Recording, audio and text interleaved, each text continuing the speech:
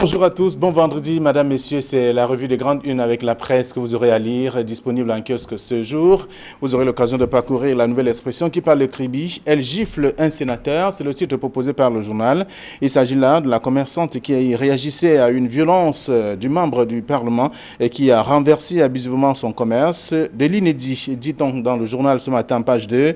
Le même journal parle également des distinctions. Samuel Eto'o dénonce, avec notamment le meilleur buteur, reproche donc à France au Foot de l'avoir nommé donc parmi les attaquants de droite et non pas comme avant-centre. Donc tout cela dans le journal en page 4 de la nouvelle expression ce matin.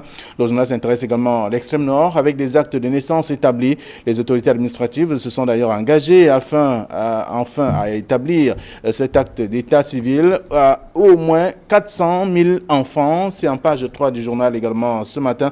On parlait aussi d'autres faits, donc à Maroua, où des brigands attaquent une ONG. Des individus lourdement armés ont pris d'assaut le bureau des Médecins Sans Frontières, situé donc en pleine ville de Maroua. C'est en page 3 de la nouvelle expression ce matin. Le journal a d'autres informations que je vous invite à lire ce jour.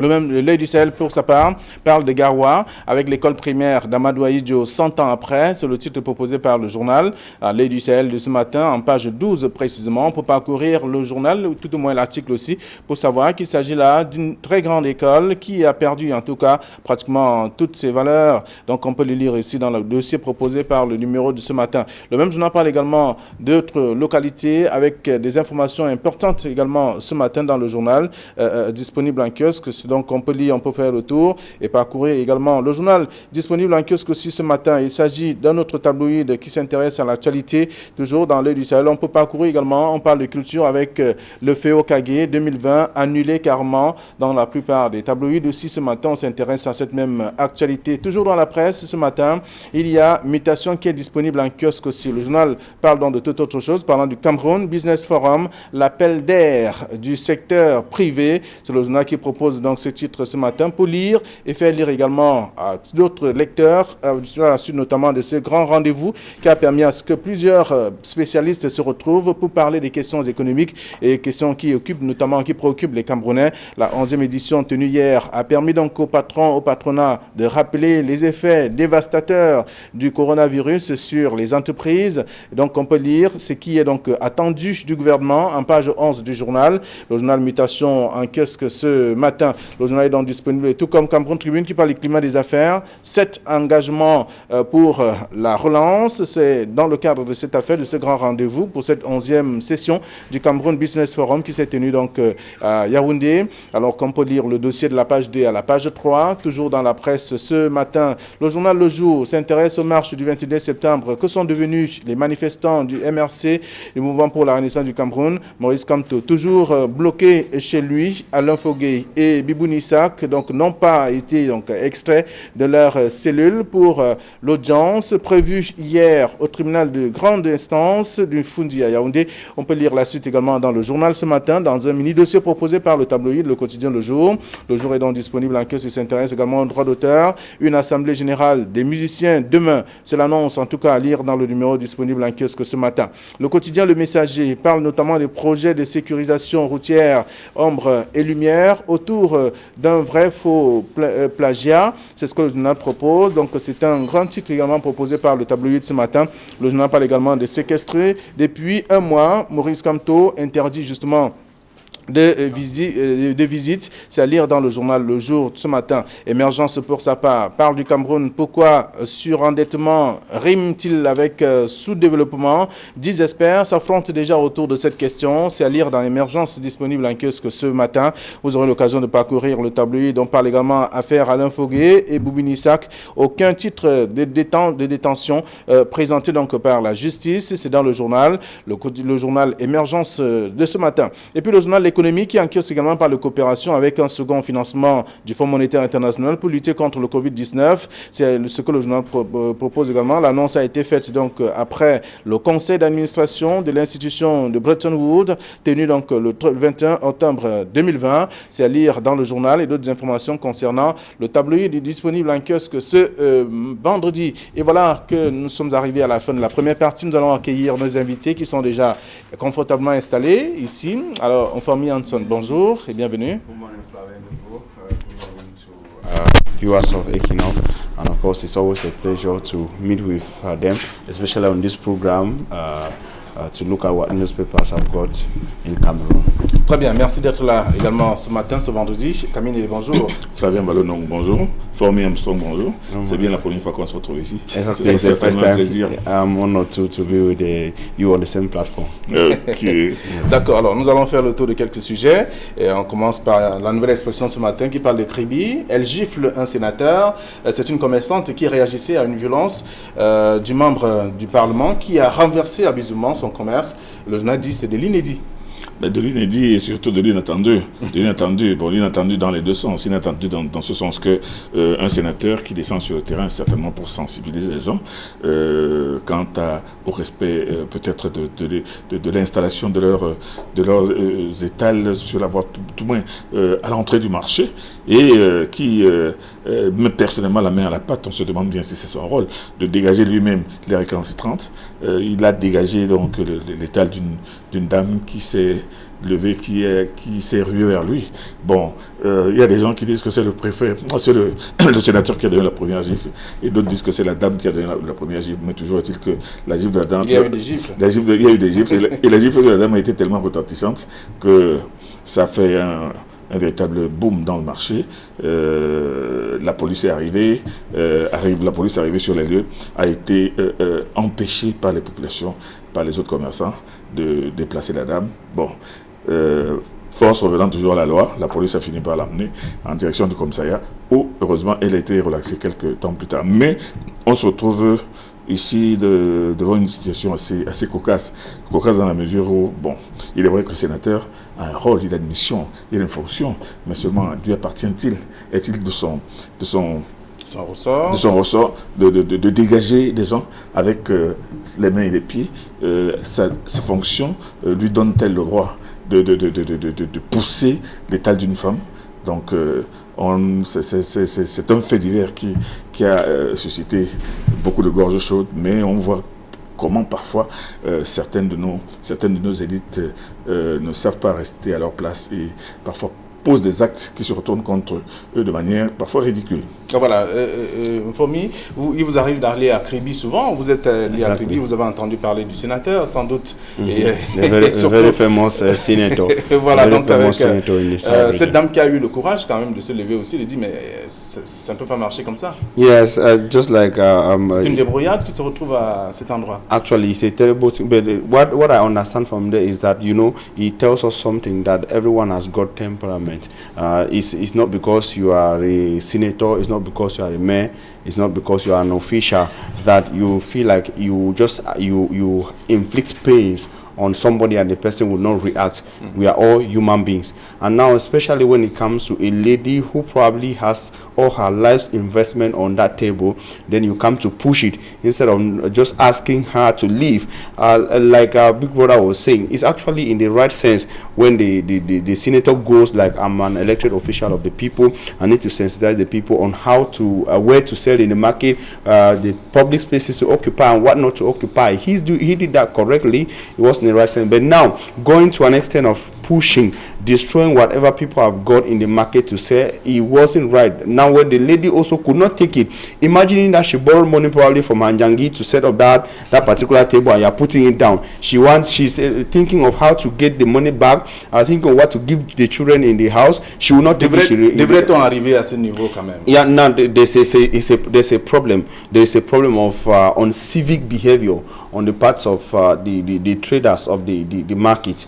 It's an example that we find in Douala. It is an uncivic behavior of people who occupy markets. I want to take the case of the Daido market here in Douala one, for example. When you want to pass beside Daido market, that's the road I pass anytime I'm going back home. You see, you find it difficult to circulate. Oui. When you look about it, Kribi is a touristic town in Cameroon. You know, there are people who come to Cameroon. We call it a resort town. Je vous rappelle que ce sont des commerçants qui payent également des tickets. Of course, des taxes en tout cas. You know, when I talk about en occupant la voie publique. When I talk about the uncivic nature of it, I'm talking about the people who know that they are paying for a wrong thing, and the people who are receiving money. Even the council agents who are receiving money from the people, they are all involved. They are all involved. The council agent asking the mothers to say that, okay, you people should sell around the road. The road is meant for people to circulate. Now there's supposed to be some distance from beside the road and where people should stand and say, you guys go collecting money from them. They too now have the right. They say, no, we pay these places. You know, you don't have to send us there. I remember some of the women got up against the Joe in Bonaberi, Douala 4, and said that no, we are selling at this Mabanda, we are selling around the road, but we pay to council agent. You don't have the right to come get us out of this place. So it's a whole ball game. You know, there must be some serious measures that has to be taken at the level of the ministries in Yaoundé, and now they should not just allow that since a mayor or a council runs a locality, they decide how people sell in any market. Now the laws have to come from above so that they go and reap and take away all the people involved in this kind of attitude, so that we don't get to this level where we are now. It's actually a disgrace. Alors, certes, il y a de l'incivisme aussi dans les marchés, Kamine, mais on ne serait certainement pas arrivé à ce niveau-là. On ne devrait pas en arriver là. On ne devrait pas en arriver là. Comme le dit Armstrong, c'est vrai que les commerçants eux-mêmes sont assez disciplinés. C'est vrai qu'ils s'installent un peu partout, un peu n'importe où, et sous le prétexte qu'ils ont payé des tickets, et ils ne devraient pas s'installer n'importe où, justement. Il a cité l'exemple emblématique du marché New Daido, mais c'est dans beaucoup de marchés, même ici au marché New Bell, le plus grand, vous avez de la difficulté à circuler parce que les gens vendent systématiquement, même sur la chaussée et même au milieu de la chaussée. Donc, c'est vrai que ce problème se pose, et ce problème doit être résolu d'abord par les autorités municipales, des mairies, mais seulement aussi par la police elle-même, qui devrait venir mettre de l'ordre, mais pas par le sénateur tout de même, qui va chercher venir régler ça avec des gifles et des invectives. Très bien, c'est à lire en page 2 de la Nouvelle Expression ce matin, pour ceux qui auront la possibilité d'aller en kiosque aussi. Mutation qui propose un titre ce matin, l'appel d'air du secteur privé, parlant du Cameroun Business Forum, ce grand rendez-vous qui s'est tenu à Yaoundé durant 2 jours. Les experts et autres se sont retrouvés, le secteur privé et le secteur public ont essayé en tout cas de trouver des pistes de solutions pour améliorer l'économie locale. It's actually good. Ou alors l'ambiance des affaires aussi. In Cameroon, which is important, but we also understand that when I followed the declarations yesterday, going from that of the ministers, actually when I just came, the minister Osman Aramin May was speaking, and I got the emphasis on the impacts of COVID-19 on Cameroon's economy. But I want to say that they are actually trying to only focus on the impacts of COVID-19 on the economy, but there is also a major problem now. You know, getting people together, getting investors, national and international investors, to come and say, okay, invest in Cameroon. These are the few challenges we've got. Without pointing out some other challenges, it's not enough. Flavien, the other challenges I'm talking about is the crisis in the northwest and southwest regions of Cameroon, is the crisis in the far north region of Cameroon. If you want to talk about the effect on the economy of Cameroon without mentioning this crisis, then you are not honest enough. If you want to tell an investor to come into the country without talking about it, the investor might not necessarily want to invest in the northwest or southwest regions of Cameroon or in the far north region, but the impacts we see have here in the economic capital, because there are actually some resources. I want to talk about, there is a company here that produces cement, for example, in Douala. I'm not citing the name, but before the start of the Anglophone crisis, the company went right down to my village, not to call the name. They were interested in the rocks. You understand? They wanted to exploit it and get to make cement here. Yeah. But just as the crisis went further, they could not find their ways back, and it was a happy moment for villagers. They were happy that they were going. So you know, people might come to invest in Yaoundé, in Douala, but they need raw materials in the north and southwest regions of Cameroon, and they will not get access. C'est vrai que ça va s'arranger. Lorsqu'on lit également le titre de Cameroon Tribune, on parle de 7 engagements pour la relance. Il pourrait avoir. Of course, that normalcy should come into all these places, so that the Cameroon that we used to know can be better, so that businesses can go on, so that social life can go on, so that politically we can be stable. Oui, on parle du climat des affaires cette fois, en tout cas avec ce grand rendez-vous, et qui a réuni en tout cas quelques acteurs à Yaoundé. Kamine, c'est pour annoncer quand même que le climat des affaires, on sait qu'il a des problèmes, mais il faut l'améliorer. D'abord pour faire le point, et maintenant pour pour tracer des perspectives et surtout faire des propositions assez pertinentes au gouvernement pour que ce climat des affaires s'améliore. Il est décrit comme assez morose. Bon, le Covid lui-même étant venu l'enfoncer un peu plus. Bon, moi je pense que à l'occasion de ce Business Forum, l'occasion a été donnée aux spécialistes des affaires, aux managers des affaires et surtout à ceux qui font marcher notre économie, de regarder comment les choses se présentent, mais non de proposer des solutions pour que le gouvernement puisse les accompagner. Même si Mutation parle d'appel d'air du secteur privé, quand même. Mais c'est cet appel d'air, cet accompagnement parce qu'effectivement, les opérateurs économiques ont besoin justement de l'air que va lui insuffler le gouvernement. Voilà, donc c'est à lire dans Mutation. Cameroun Tribune également, d'autres tabloïds aussi qui s'intéressent à ce même sujet. La nouvelle expression parle de l'extrême nord avec des actes de naissance établis. Les autorités se sont d'ailleurs engagées à offrir ou alors à établir justement plus de 400 000 actes de naissance aux enfants. Mais il faut dire que l'excellent article fait par Jean-Claude Chouniat, parlant justement de l'établissement de ces actes de naissance dans l'extrême nord, reflète une certaine réalité, mais seulement, vous savez très bien, nous commentons cette actualité depuis au moins 5 ans. Depuis au moins 5 ans, le gouverneur Midjao Bakari de l'extrême nord est régulièrement sur le terrain depuis 5 ans pour non seulement inciter les parents à dresser des actes de naissance pour leurs enfants, mais même maintenant à leur faciliter les choses. Et vous savez que de ce côté-là, il y a beaucoup de facteurs qui font que jusqu'à une date très récente, jusqu'aujourd'hui même, beaucoup de parents n'ont pas la possibilité, ils ne pensent pas à établir des actes de naissance à leurs enfants. Conséquence, au niveau parce que de façon précoce, ils sont orientés à faire autre chose. Non, pas de façon, c'est pas systématique. Il faut dire d'abord qu'il y a certains villages très reculés qui sont assez loin des centres administratifs. Il y a maintenant parfois aussi l'ignorance des parents qui se demandent à quoi ça va leur servir de faire un acte de naissance, de marcher pas sur des kilomètres et des kilomètres. Il y a un remettant sans demain en disant bon, on va faire. Finalement, l'enfant va à l'école, il continue jusqu'au moment d'arriver au CM2, il n'a pas d'acte de naissance. Et là se pose le problème. Mais il y a aussi de l'autre côté l'insécurité. Il y a des parents qui ne peuvent pas se déplacer facilement à cause justement de cette insécurité persistante de Boko Haram depuis 2012. C'est ce qui fait que les choses ne sont pas très très faciles de ce côté-là. Mais la vérité est que depuis 5 ans et systématiquement, de façon systématique et de façon automatique, le gouvernement Midjao Bakari descend dans chaque département de sa région pour inciter, pousser les parents à offrir des actes de naissance aux enfants. Donc là, cette fois-ci, on voit le préfet, je crois, Ekwambaga, qui est descendu, mais le préfet Ekwambaga est en train d'agir dans la limite, du moins dans la dynamique des instructions données, et d'ailleurs régulièrement poursuivi par le gouverneur Midjao Bakari dans l'extrême nord pour justement amener les populations à établir systématiquement des actes de naissance à leurs enfants. Informi, c'est un article à lire en page 3, un article rédigé par Jean-Paul Chouniat. On voit bien que lui s'est intéressé, s'il s'est attaqué en tout cas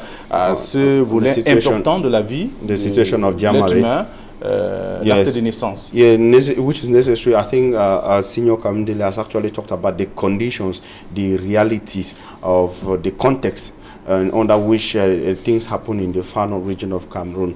He has already mentioned the insecurity in the far north region. He has also talked about the enclavement of some villages, access distances that people will have to move to civil stations registration centers to be able to get birth certificates for their children. There is also another problem, a problem of health infrastructures now, and the problem of culture, because it's still common in the far north region to see a woman who is pregnant, has not taken upon herself to go for antenatal visits. They stay in their villages until they put to bed there.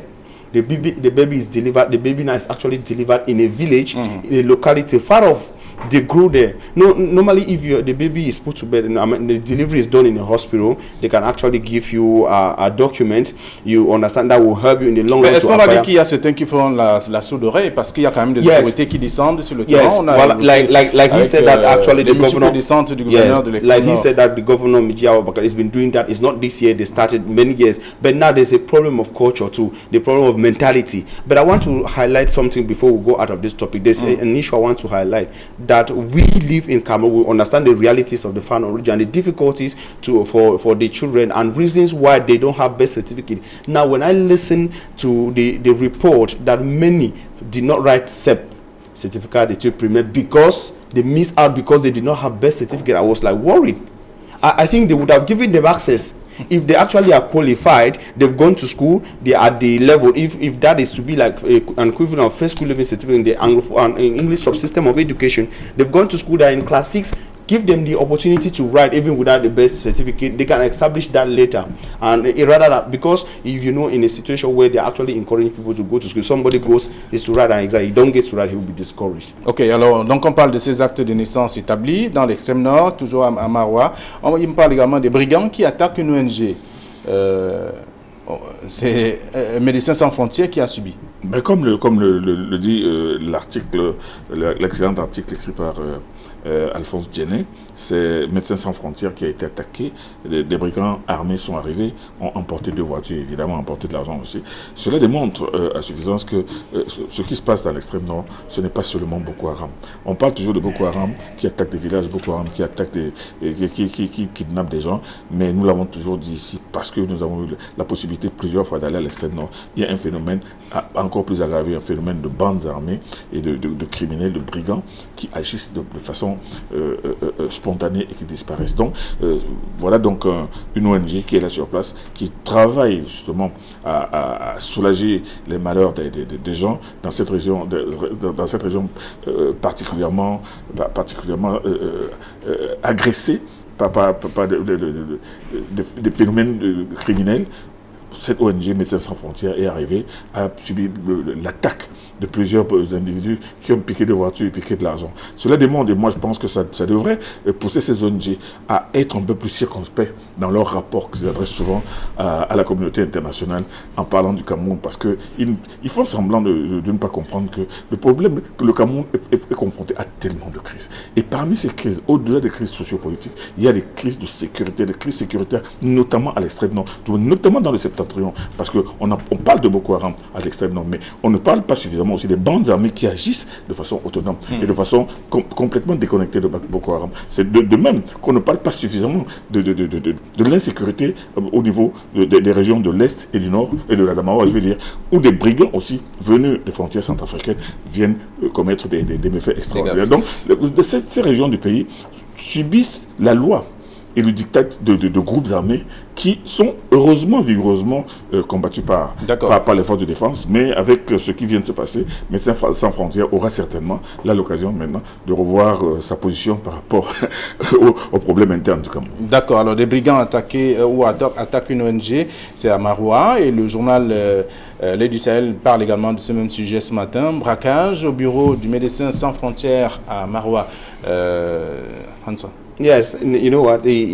What I want to say there, added to what the senior brother has already said, is this issue of the Fano region, the particularity of the northern regions. Now to talk about the Fano region, you know, there are young people recruited. Young people are recruited either by Boko Haram, they are recruited either by groups of gangs, groups of thieves like this, armed robbers like this. Now, when you come to a context where the people are not having jobs, people are not educated. Let me put it that way. When people have not gone to school, they are easily brainwashed. That's the word they use in English. Now, when you want to look at the Fano region, look at the number of people who've gone to school, far below the expected percentage in other regions in Cameroon. Now, far below 50. You know, if these people grew up, they are big people. They've not gone to school. They've not learned a trade. They don't have any vision. If you come and propose them that, okay, let's go and we will do this, we will be able to have some money, they will easily go into. So, in as much as the government is trying to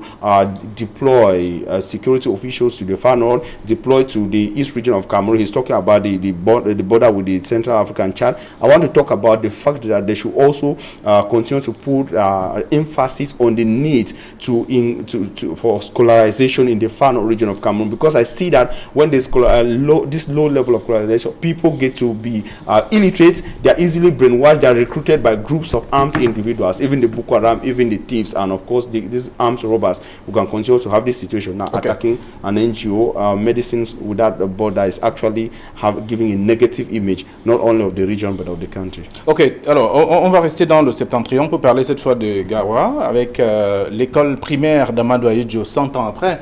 Le journal fait le point de cette école quand même. Non, cet article est très important, un article vraiment qui place cette école qu'on appelait l'école des garçons de Garoua, et qui avait passé l'essentiel, la plus grande partie de l'élite du Nord jusqu'à aujourd'hui. Évidemment, Amadou Ahidjo ayant été le plus illustre, on dit de l'école primaire d'Amadou Ahidjo, c'est pas lui qui l'a construite, elle a été construite jusqu'à une vingtaine d'années, une trentaine d'années avant sa naissance, mais elle demeure l'école primaire d'Amadou Ahidjo parce que c'est là qu'il a fait tout son cycle primaire complet jusqu'à l'obtention de son CEPE.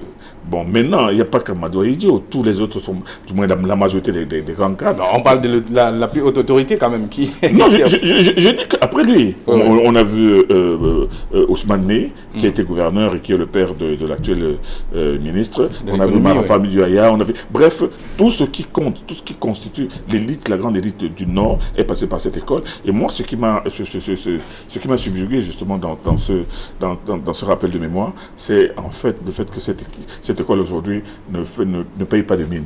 Elle est restée une petite école. D'accord. Et moi, je pense que c'est une invite à toutes les élites, à tous ceux qui sont passés par là, et même à ceux qui sont en train de monter, de faire en sorte que cette école soit peut-être un peu mieux revalorisée. D'accord. Alors, donc on va lire dans le journal du Sahel, également le quotidien Le Jour qui parle des marches du 22 septembre. Que sont devenus les manifestants du MRC? Ça reste une question. Vous aurez l'occasion de parcourir également. Et Émergence, comme tous les vendredis, parle de pourquoi surendettement rime-t-il avec sous-développement. 10 experts s'affrontent déjà autour de cette question. Autant d'informations à lire dans la presse ce vendredi. Nous sommes arrivés au terme de cette édition. Antoine, vous remercie d'être venu. À vous également, Camille Nélé. Bon vendredi et surtout bon vendredi soir. Vous avez écarté Georges Sémé? Non, Georges Sémé est en fuite parce qu'il sait très bien qu'il a tenté de commettre un putsch pour la présidence du vendredi soir. Merci à vous. C'est par cette note, en tout cas, d'humour que l'on clôture en tout cas ce programme en vous donnant rendez-vous la semaine prochaine lorsqu'il sera 9h20 sur Equinox. Ce sera lundi. Bon week-end.